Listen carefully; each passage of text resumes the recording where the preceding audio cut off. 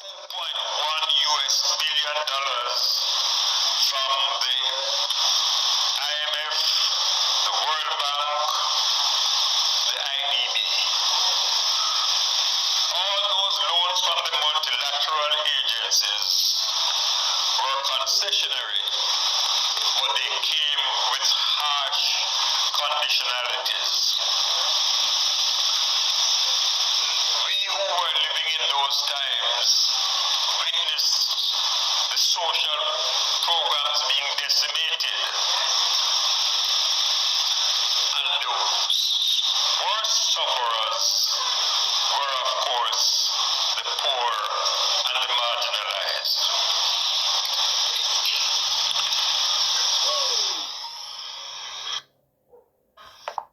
Well, good evening, my viewers, subscribers. Welcome back. Yes? Welcome back to another M&M TV video. And my viewers and subscribers, as you are hearing in this clipping, that former Prime Minister PJ Patterson is blaming Seaga, yes, for FINSAC. Yes, he's blaming Mr. Edward Seaga for FINSAC, my viewers and my subscribers. Yes, that is what Mr. Patterson was doing, blaming Mr. Seaga, because he says that they have 12 consecutive tests that after IMF, they went back to the IMF, then passed 12 consecutive tests. And from my little knowledge, as far as this is concerned, my viewers, subscribers, I know that when it comes on to the IMF test, we understand that it's a 3-month quarter. So, in my knowledge, it's about 3 years that we were in the IMF for. And my viewers and subscribers, it is not healthy when Mr. PJ continue to open up some wombs, my viewers and subscribers. Yes? You're also, my viewers, going to hear Mr. Patterson talking about SSL. And my viewers and subscribers, you're going to also be hearing from a man who has suffered under FINSAC. And the question it is that I pose to my viewers and my subscribers this evening. My viewers and subscribers, to lost your investment in a one-off lost than to be borrowing. You borrow 300,000, my viewers and subscribers. You have to pay 500,000 plus the money went up, right? This gentleman, my viewers, subscribers, said he owed 900,000, my viewers, and he went and borrowed 700,000 to see if they could forgive him the 200,000. Remember, my viewers, he borrowed 300,000, and he paid back that loan double time. My viewers and subscribers, you're going to be hearing the amount of money that man ended up paying under FINSAC. But before that, I want to let you hear Mr. Patterson again, as he did talk about SSL, my viewers. So let's get to this now. It was stolen, plain as daylight. If anyone who thinks that whatever Miss Patton is accused of doing, if in fact she did anything, could be done by her alone, but still believe that the world is flat. Now we come to SSA.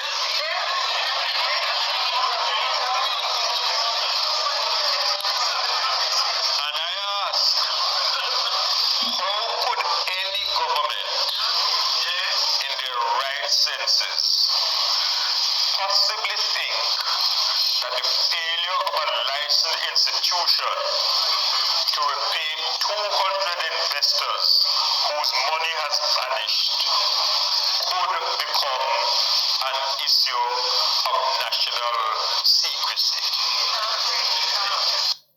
Well, my viewers, you hear from Mr. Patterson right there, as he is trying to defend 200 person. Of course, any well-thinking Jamaican will actually defend those 200 persons. Yes, my viewers and subscribers. But you know, it is ironic that Mr. Patterson have forget the over 40,000 business went under because of FINSAC. But yet still he's throwing blame on Seaga. Seaga caused FINSAC. He didn't say it that way, but the fact that he makes the comparison, my viewers, you can easily come to that conclusion. Yes? So my viewers and subscribers, at this time, you're going to be hearing from the gentleman, my viewers, who have suffered under FINSAC. And after that, you're going to be hearing from Munchie B after that. So, my viewers, let's get at this time to the suffering man who almost take him life. The way how the interest rate went up on him. You're going to hear for yourself, my viewers, and you form your own conclusions. Let's get to it now. That maybe he's not aware of the thousands of people that have destroyed in the 90s. They have to destroy this soil. At early, late 30s, 40s, I was a little millionaire in debt. In other words, I borrowed money from Tom, but I was always paying my debt. I worked 21 hours a day from I was about 17 to 18. Right? But at 25, doctor stopped me from the way I work hard and put me to rest. Are you hearing me? Yes, sir. Good. I had $330,000 owed to NCP, coming from $500,000 at $18,000 a month, and I was paying 20. I was paying more than was required. And when this FINSAC debacle come into me, the interest rate started climbing so much that I couldn't afford it. When I was told that I owed $900,000, I took $700,000 out of what I sell, but sell everything I'm going to get. And so I had $700,000 and make them write off the $200,000. Seeing that more than 100% I just did is interest. And they wouldn't do it enough. And that loan went up to $14 million. It's a read. How much you leave? How much you leave? People like me are worse than me and kill themselves.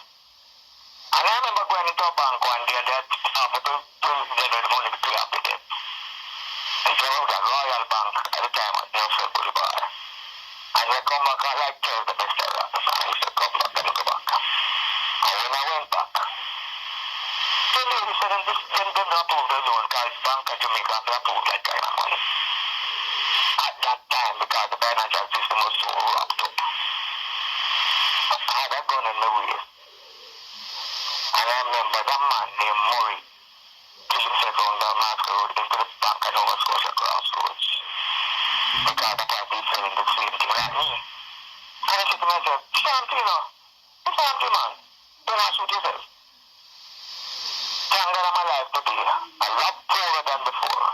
But I'm alive. But this is just to remind the former Prime Minister, the Moxley's 40,000 investors in, which accumulates the near 400,000 Jamaican capital if you consider employee, and family that goes along with it. That putting a great amount of family doing that, maybe two or four per family. Over 300,000 lives were destroyed. And he's coming up and talking about SSL. He needs to go and take his rest. I think. Yes, my viewers and subscribers, there you have it from the gentleman who have suffered massive loss because of the policy of the FINSAC 90s disaster. And my viewers, subscribers, let us be fair for a moment.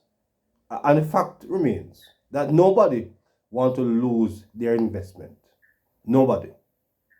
But my viewers and subscribers, I would rather to lose my investment than to borrow a small loan and end up pay. Remember now, in borrow 300,000, in pay 900, in pay 700,000, right? Plus, remember my viewers, he only have 200,000 left back. And that 200,000 run to 14 million, my viewers and subscribers. So let's go to show you that when Mr. Patterson is running out here now talk about SSL, it is bad. And of course, it's the people, the people who have lost their investment, they should indeed, the government should find some way of, making SSL repay back these people their money that they have lost, included Mr. Usain Bolt. But Mr. Patterson do not have the moral authority to speak about these kind of things, because when he was there, how many hundreds of thousands of people, businesses, families suffered, and people take their own life because they could not, all of them property, was seized because they could not pay their loan, my viewers. The only thing happened there is that they lose their investment in the SSL, but at least they still have their house. So we're not comparing, but the truth of the matter is that the FinSAC situation is way, way worse than SSL. Yes? So my viewers and subscribers, let's get now to Sister Munchie B. Yes? As she also weighs in on the deep controversy. So let's get at this time to Munchie B and let you hear her views on this matter. Move to the 90s. You, Percival, you took about 10 minutes to talk about SSL. SSL, which is a private company. SSL that has absolutely nothing to do with government. You took about 10 to 15 minutes to pander to the political gimmickry and to vote for the PNP. You didn't talk about Cash Plus.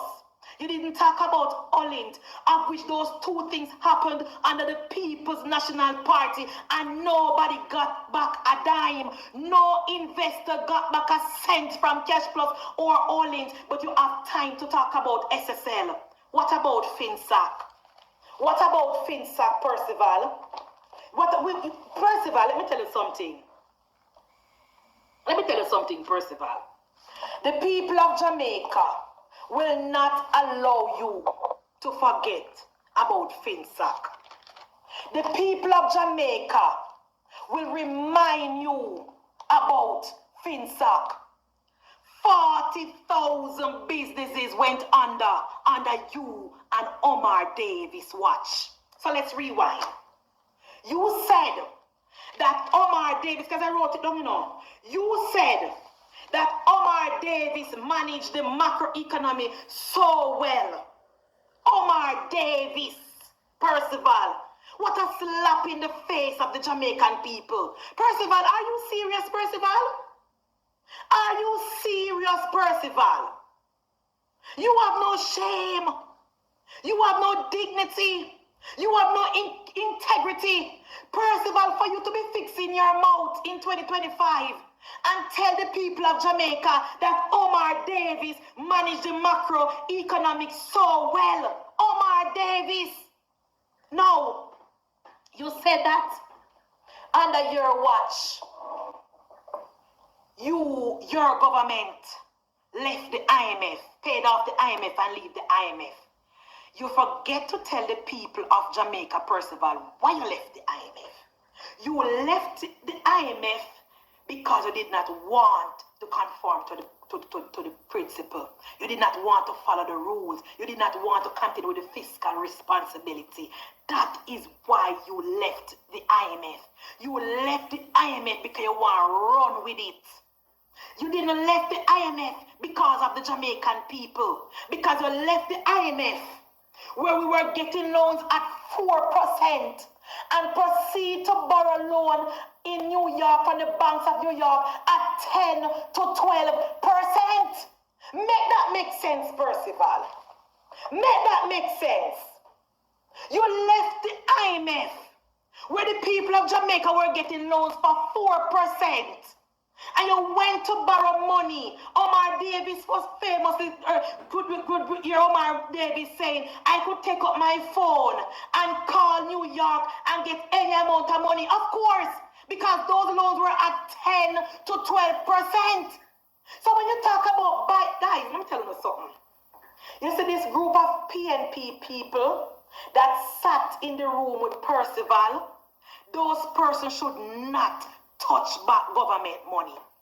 Those group of members of parliament and candidates that sat beside Percival yesterday and clap and cheer when Percival said he left 4% loan and go take 10% loan. This is an indication to the people of Jamaica that these people is coming to wreck the economy. Them people that Mark Golding who sit down beside Percival and clap when Percival said that he said bye-bye to IMF and went to New York and borrow money at high interest rate 10 and 12% and then clap. What are those people saying to the people of Jamaica? What am I said to we? We cannot allow these people back in government. Because they don't change. They don't change. They are coming to mash up the country. How can you agree? How can you agree with a policy like that? How can you agree with a policy like that? So Omar Davis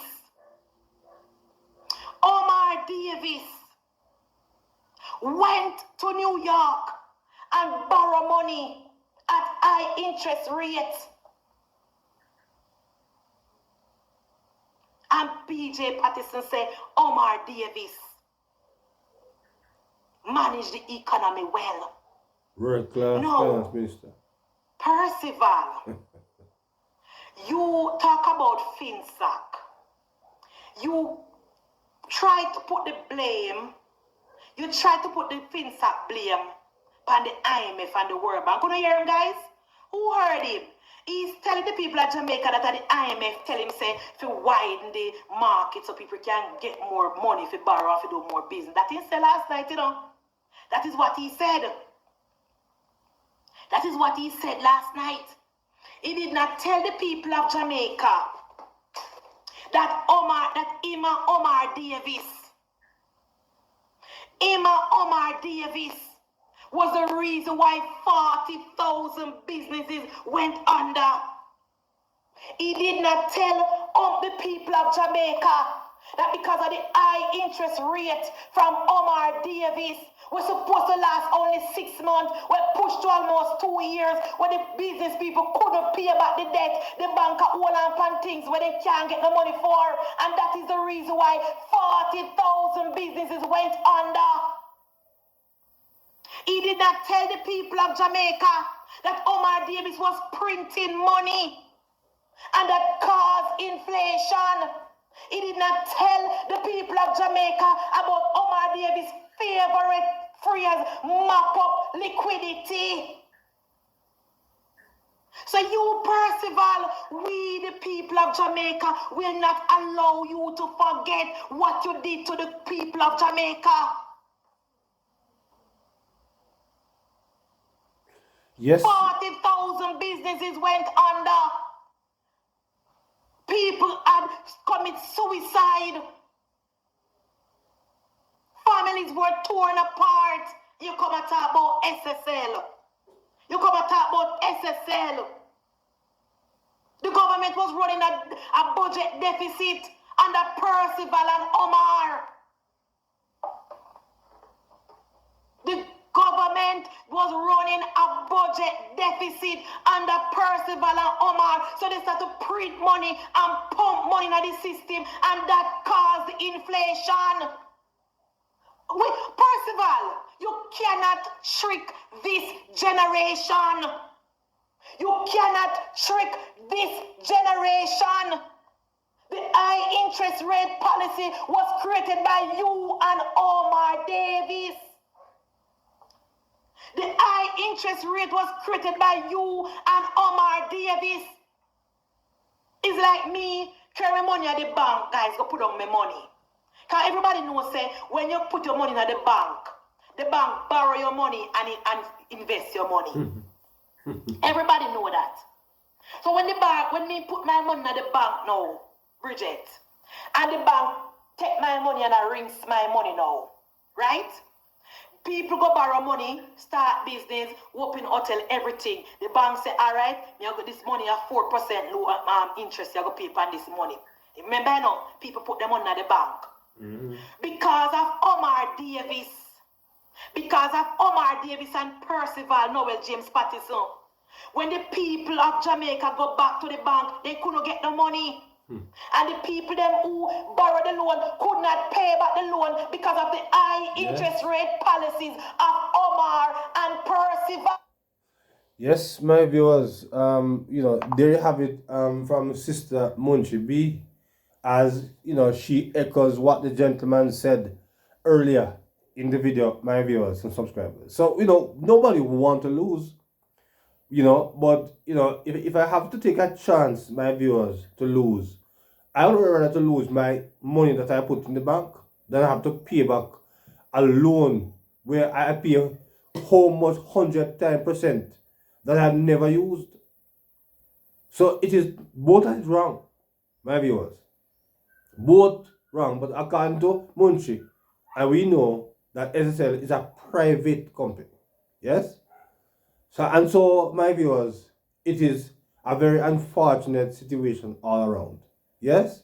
But if I have to take a chance, I rather to lose my investment in an account than to end up pay back.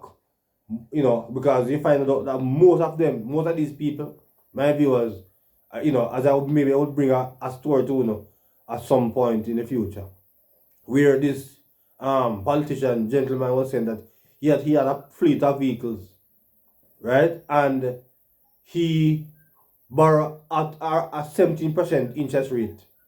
And in a few months' time, he was paying at 98%. He have to end up, my viewers and subscribers, them take away all them vehicles we have, all them bus them we have.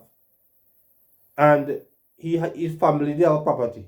And the bank take away $500 and he was planning to take him on life. That was what Mr. Patterson and his high interest rate policy in the FINSAC situation have cost. The man went back, come back, go overseas to come and come back. And he was like, the people themselves say a crop. Because what? Family property was seized by the bank. And them feels ambition in half. But it's because they didn't even know. So because the interest rate was so high that they took away all them bust them and take away in family house and the family land. So my viewers, it is a bad situation all around. But I encourage, I figure morally that Mr. Patterson should have come out and make an apology. Yes? Make an apology to the people who have suffered significantly under FINSAC. He should have come out, if he was a real, decent, honest man, come out and apologize. Yes? Because we are human beings and we make mistakes. Yeah? But the way how he come out, he come out attacking the Prime Minister about SSL. And SSL, is a small pressure, small amount of people who suffered. It shouldn't happen. Right? It shouldn't happen. It should never happen. But at least it was a small amount of people. But you can't compare that to FINSAC. Because the comparison is uncomparable. So my viewers, drop your comments, yes, as it relates to, you know, what I brought forward to you this evening, yes, because I would rather, as I said before, to lose my investment in a bank account than to end up lose my house and lose my vehicles because I can't pay my, you know, my loan, because my loan got out of hand, right? So my viewers, drop your comments. So until another video, please remember to like, share, and subscribe to the channel. Yes? So until then, good evening.